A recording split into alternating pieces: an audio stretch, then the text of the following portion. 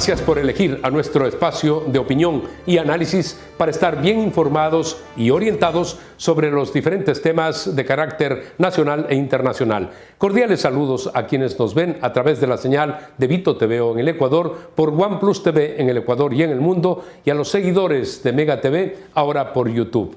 Hoy tenemos como primer invitado al doctor Luis González Posada. Él fue canciller de la República del Perú y vamos a analizar la situación de Venezuela.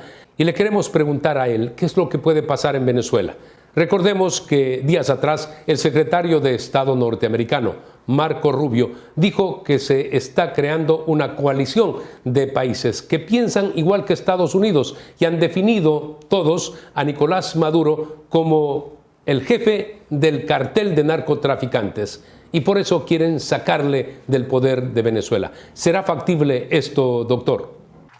Bueno, primero decirle que estamos frente a una organización criminal de alto nivel, como es la que existe en Venezuela, no de ahora. Ellos están en el poder desde 1999 y en este largo periodo han cometido todo tipo de crímenes y actos de corruptela. No olvide usted que el alto comisionado de las Naciones Unidas en 2 informes y las comisiones de derechos humanos de la Unión Europea y de la OEA han señalado claramente un número muy elevado de asesinatos, torturas, encarcelamiento de miles de personas. Entonces estamos ante una situación extremadamente grave con un pueblo secuestrado por una mafia, tan secuestrado que han tenido que escapar, porque esa es la palabra exacta, escapar exactamente 8.100.000 venezolanos a diferentes países del mundo. Acá en el Perú hay 1.700.000. Y cuando usted habla con la gente que está acá, los venezolanos les cuentan pues las historias terribles, ¿no? De los actos de barbarie, del chavismo, la forma como maltratan a la población. Entonces no solamente es narcotráfico, como dice Trump, esa es una faceta.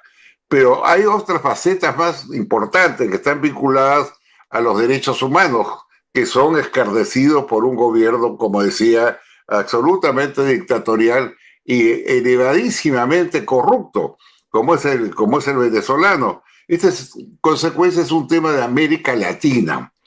Es una vergüenza y una afrenta para sus ciudadanos el que su gobernante sea calificado como un narcoterrorista, él y la estructura de poder.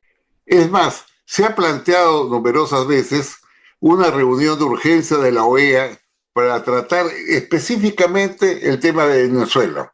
No para resolverlo a través de la OEA, porque no creo que ese sea el mecanismo, sino para exponer al mundo la gravedad de la situación de un país que se encuentra pues sometido a una dictadura mafiosa, pero hasta el día de hoy la OEA no lo hace, sigue perdiendo el tiempo burocráticamente y no toma una decisión importante para ventilar a la humanidad los horrores del régimen chavista. Por primera vez se ha asumido la iniciativa y estamos en un plan ofensivo, dijo el secretario de Estado Marco Rubio junto al presidente Donald Trump. Esto hace pensar que están absolutamente decididos a hacer lo posible militarmente para sacar del poder a Nicolás Maduro. Pero esto puede implicar una invasión armada al territorio venezolano. Como se sacó a Noriega de Panamá, ¿no? A Maduro no tiene usted otra forma de retirarlo del poder que por lo menos convencer a alguna unidad militar venezolana para que se levante y termine con esta pesadilla.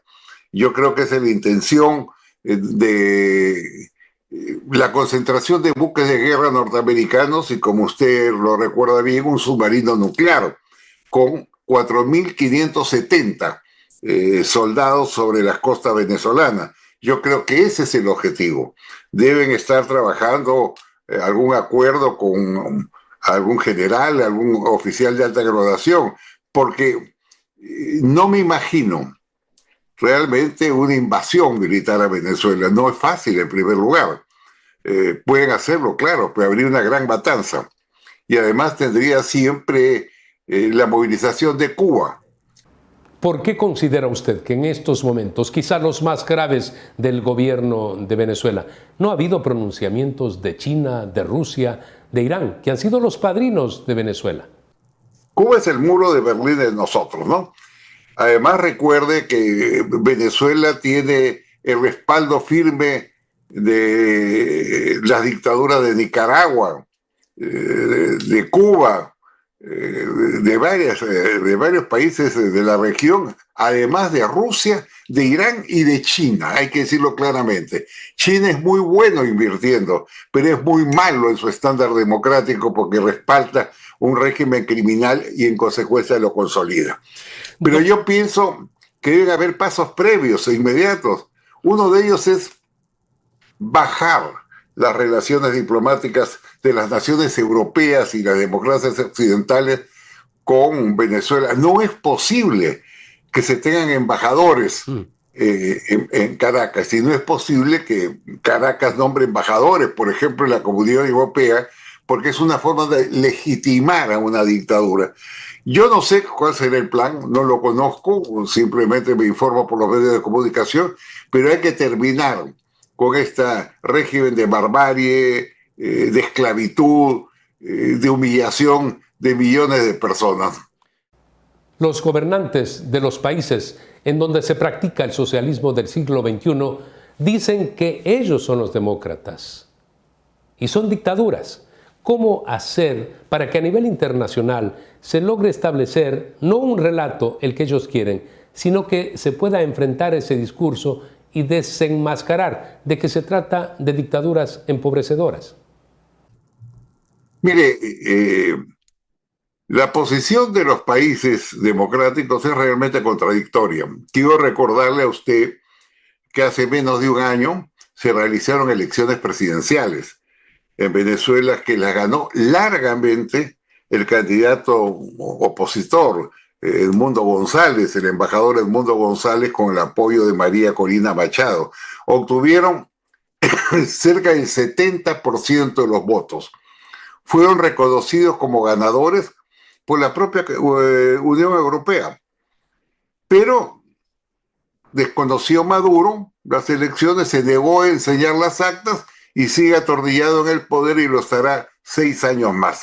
Entonces, ¿cómo entiende usted que si todos los gobiernos europeos lo han declarado presidente ilegítimo, mantengan relaciones diplomáticas a nivel de embajador, que es el que representa un presidente de la República, con una satrapía que ha hecho fraude electoral? Entonces, yo creo que hay que alinear un conjunto de esfuerzos colectivos de la comunidad internacional para arrinconar a un régimen que ya no da más, que solo ha traído miseria, pobreza, hambruna en su patria, y que ha lanzado al exilio, como les decía, a cientos de miles de personas.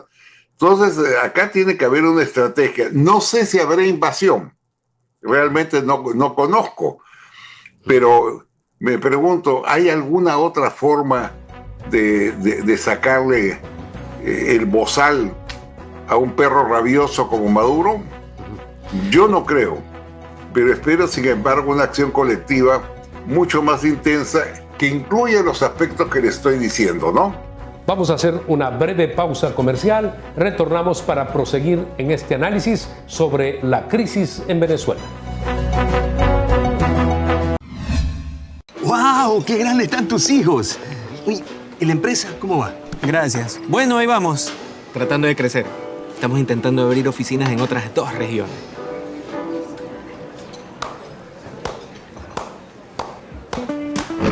Con aplausos no crece tu empresa, crece con dinero. Por eso creamos la nueva Banca Pyme. Créditos para impulsar el crecimiento de tu negocio. Solicítalos en Agencias Banco del Pacífico. Tu banco.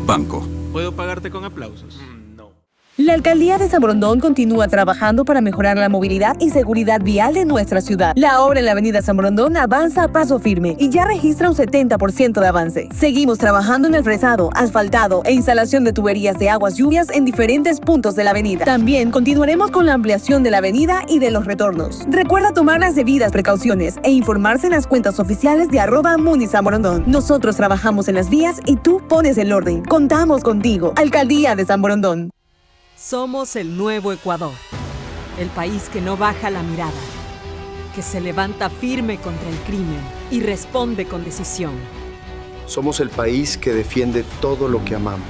Nuestras familias, nuestra libertad y la esperanza de un país que no se rinde. Aquí la defensa no es discurso, es presencia en las calles, es justicia que avanza, es un escudo para cada familia. Porque proteger es dar la cara, es no retroceder. Es cuidar cada rincón de nuestra tierra para que nadie nos arrebate la paz. La seguridad es nuestro compromiso y defender la libertad es nuestra mayor responsabilidad. Esto es el nuevo Ecuador. Verde Fruit, el camino para acercar los productos de América Latina a los Estados Unidos. Somos el nuevo Ecuador. Somos más que la mitad del mundo, paisajes icónicos y la mejor comida del planeta. Somos el país que dijo basta. Y se reinventó con su gente y para su gente. Somos un pueblo que cuando ruge, hace retumbar todo el continente. Porque aquí estamos y seguiremos.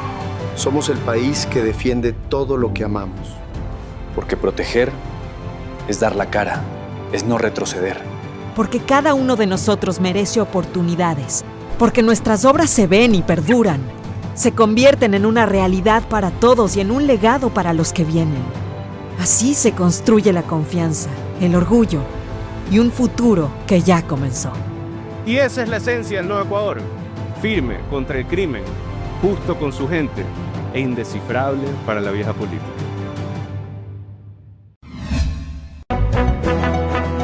Continuamos el diálogo con el doctor Luis González Posada. Él fue canciller del Perú, también fue ministro de gobierno, un político de larga trayectoria, además jurista de ese país. Con el despliegue militar de los Estados Unidos en aguas caribeñas, Gustavo Petro dice: Estados Unidos quiere justificar una invasión a los países en donde hay regímenes de izquierda. Él señala que no hay tal cartel de los soles en Venezuela, que es un invento, dice. Y entonces califica como de un atentado a las democracias, estas de izquierda. ¿Cuál es su opinión, doctor?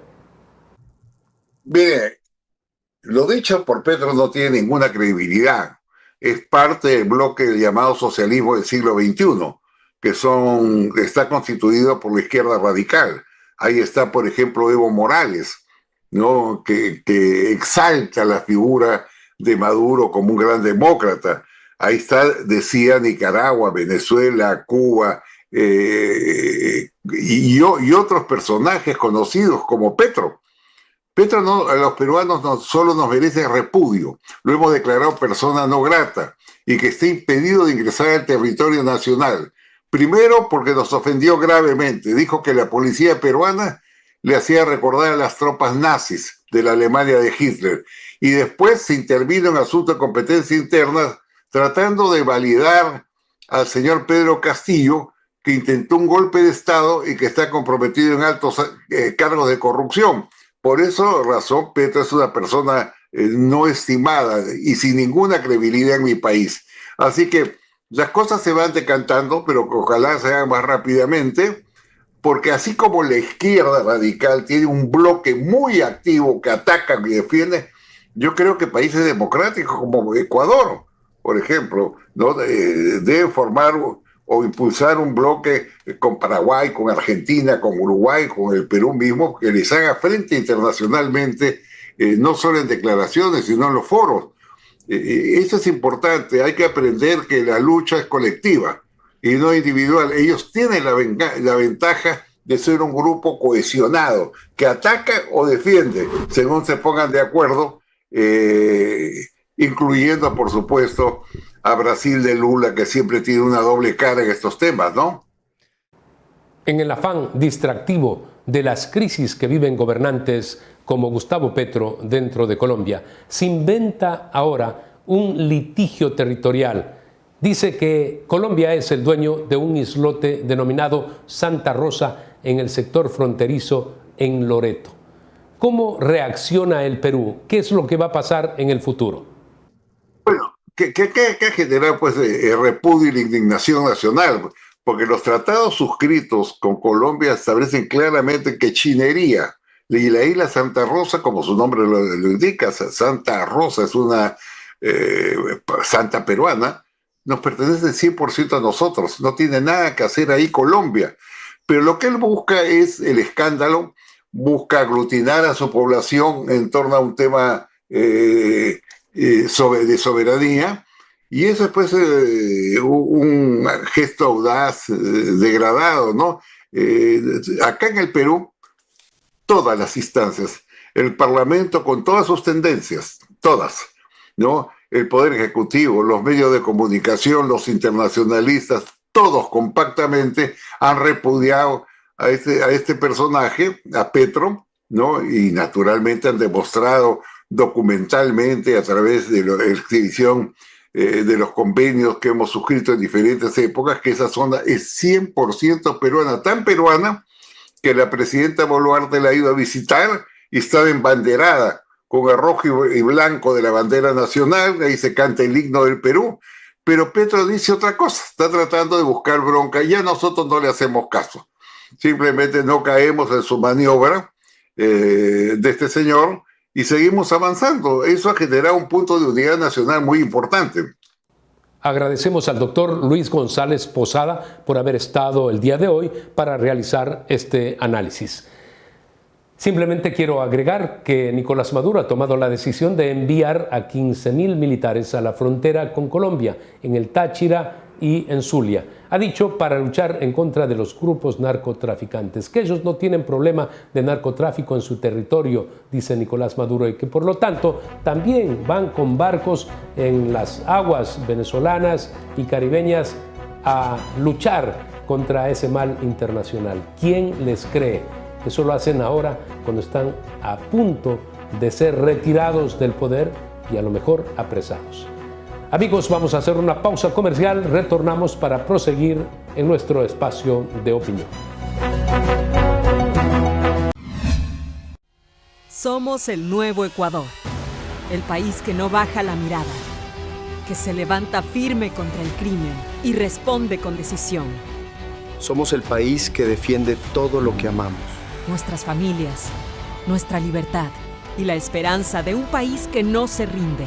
Aquí la defensa no es discurso, es presencia en las calles, es justicia que avanza, es un escudo para cada familia.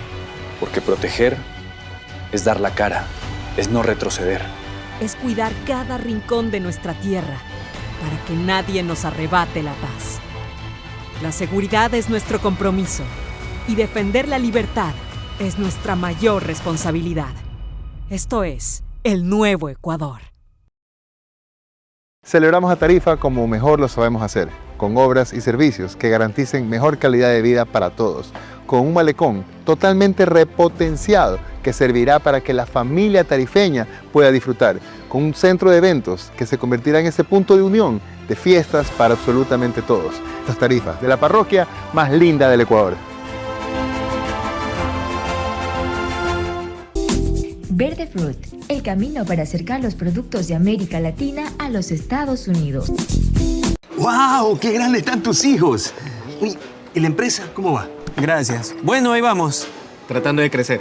Estamos intentando abrir oficinas en otras 2 regiones.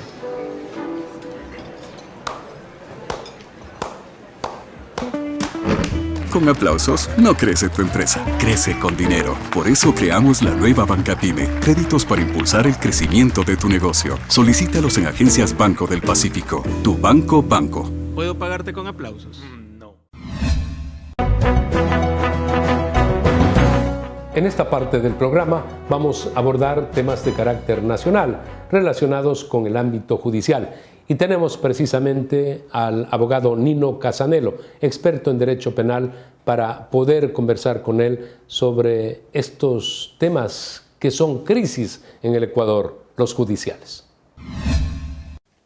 Gracias, doctor, por estar con nosotros una vez más en Fernando Aguayo, América. Se dice que en los últimos tiempos ha habido prácticamente un choque, no sé si de trenes o de buses. En definitiva, este encontronazo entre el Ejecutivo y la Corte Constitucional de alguna manera preocupa a los ecuatorianos. Estas crisis, ¿en qué pueden desembocar, doctor? Bien, más que una crisis, yo lo diría más bien que es una tensión y que es un síntoma de madurez democrática. Más allá de las formas cuestionadas, incluso por relatores internacionales, por varios partícipes de la sociedad civil, del mundo jurídico, realmente lo que hemos visto es a un ejecutivo cumpliendo su rol de impulsor de la política pública, de la voluntad popular, de la ejecución de una política ante algunas problemáticas, ¿no? Seguridad, economía, la necesidad de ahorro en el gasto público, y luego una Corte Constitucional en un modelo, ¿verdad?, que la llama de alguna manera a tutelar derechos constitucionales, tanto en su forma como en su fondo, ¿no? Conceptos como la unidad de materia, conceptos como la necesidad de salvaguardar derechos ante la posible afectación de una política. Y claro, cuando ambos cumplen su rol, como ocurre en las democracias, la gente dice, no, pero mire, es que hay problemas. Es que tiene que haber problemas, porque para eso está diseñado el sistema constitucional. Ahora, saliendo de esto, sí hay que entender que nuestra Constitución, la de actual, responde a una época distinta. Y en este cambio de época, en un mundo más desglobalizado, con un problema de seguridad que curiosamente de alguna manera sufre el fenómeno contrario, es decir, una delincuencia que se ha globalizado como nunca, que está más interconectada que nunca, nos llama como sociedad a replantearnos si algunas de estas instituciones y los límites de esos controles nos permiten o no mantener esta ecuación, ¿no? Este es un fenómeno internacional por el poder que han alcanzado los grupos delictivos. Entonces hay que actualizar los mecanismos cuando de pronto el delito trata de imponerse a los países y a las sociedades. Desde luego, a ver, esta es una declaración fuerte, tiene algunos años un señalamiento de parte del gobierno americano de una estructura que opera, digámoslo así, en simbiosis con las estructuras de gobierno, en este caso del vecino país de Venezuela.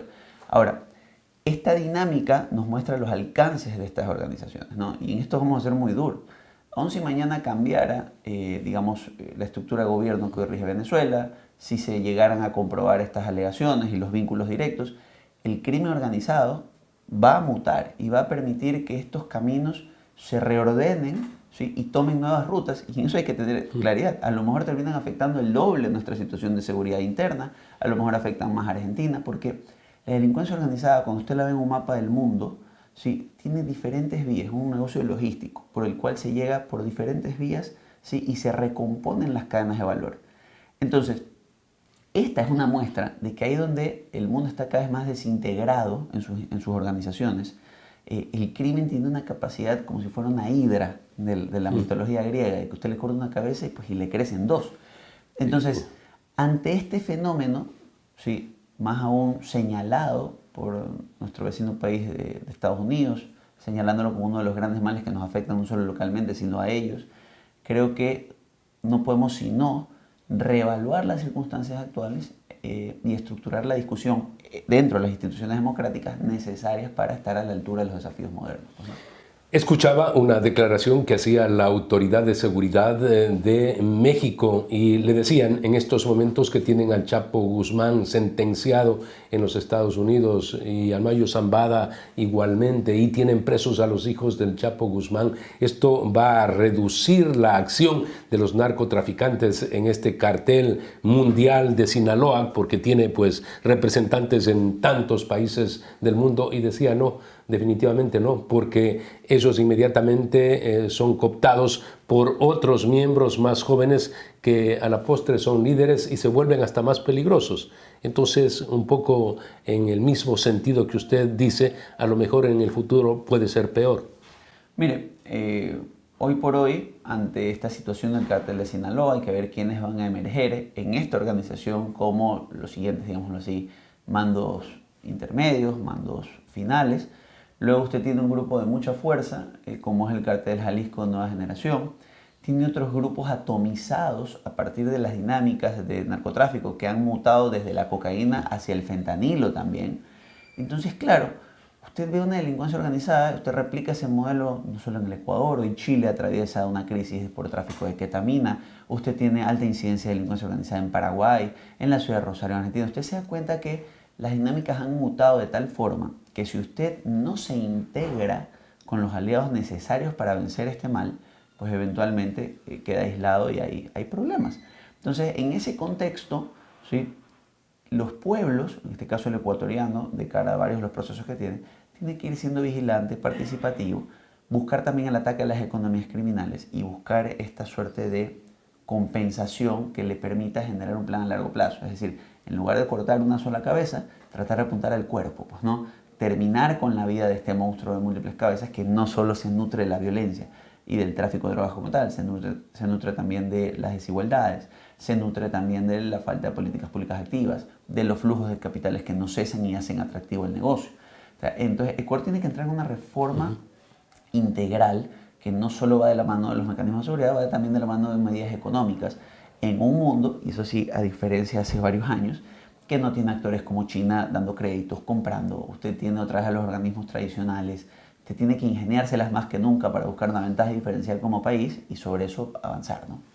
Es por esto que quizá el presidente de la República, en ese afán de luchar de manera más efectiva en contra de la delincuencia, esta que desarticula países, envió estas leyes de carácter económico que se dice quizá no tienen unidad de materia, pero se ha tratado de vincular tanto al manejo de los narcotraficantes, de su dinero, de sus recursos, que a la postre le darían el viso de urgencia económica de una ley. Esa ha sido un poco la dinámica de la que se ha conversado. A lo mejor de esto sale en un eventual proceso de reforma constitucional, suponiendo que fuera una constituyente, que los criterios en el Ecuador de hoy ya no requieren solo leyes urgentes en materia económica, sino en materia de seguridad. Y digo, a lo mejor esto emerge porque vamos a depender de lo que la Corte establezca una vez más como unidad de materia. Por precedente sabemos más o menos por dónde puede querer ir, ¿ok? Pero a lo mejor lo modifica en función de las circunstancias actuales, ¿no? Eso es parte del proceso, sin perjuicio de cuántas demandas de inconstitucionalidad o cuánto tiempo escucha a los actores, tanto a presidente, asamblea, procuraduría y otros actores, como a los que han presentado las demandas. Pero esa es la discusión propia de los pueblos. ¿Por qué? Porque ¿cuál es el grave problema latinoamericano hoy? Latinoamericano, no solo el Ecuador, la seguridad. Estamos ante una ola creciente de integración criminal y una desintegración estatal. Usted ha hablado de una constituyente. ¿Tenemos que desembocar en una constituyente? ¿Y cuándo tendría que ser esta? Creo que los tiempos nos están llevando hacia allá, las discusiones y las urgencias nos están llevando hacia allá. Y ciertamente va a ser clave cómo la Corte hoy analice la vía de las preguntas remitidas por el presidente para la siguiente consulta popular, sin perjuicio de que indefectiblemente en diciembre estaremos votando no por bases militares extranjeras, en la reforma de la Constitución ya planteada. Pero yo creo que ese momento de discusión con la Corte va a empezar a trazar un camino político, no sé si al corto, al mediano o a largo plazo por parte del Ejecutivo, y nos lleva a esa discusión. Eso de tenemos más constituciones que cualquier otro país no es real. De hecho, tenemos mucha más historia democrática que muchos otros países que incluso en indicadores económicos están mejor que nosotros. O sea, cada país es una realidad y la realidad 2025 del Ecuador hoy es un problema de seguridad, un problema económico que tiene que ser atacado con soluciones integrales y habrá que evaluar, el pueblo ecuatoriano tendrá que evaluar si el marco constitucional permite tomarlas o no. Si cree que sí, pues la ratificará, no era una constituyente y simplemente continuaremos ejecutando lo que ya tenemos. Lo importante, retomando la idea inicial, siempre respeto a nuestras instituciones democráticas y en eso el Ecuador sí ha madurado mucho.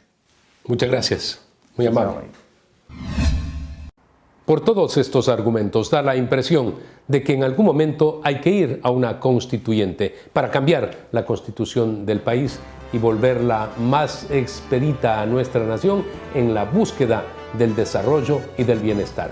Amigos, recuerden ustedes que la próxima semana tienen una cita en Fernando Aguayo América a través de Vito TV en el Ecuador, por OnePlus TV en el Ecuador y en el mundo, y a nuestros seguidores de tantos años de Mega TV, ahora por YouTube.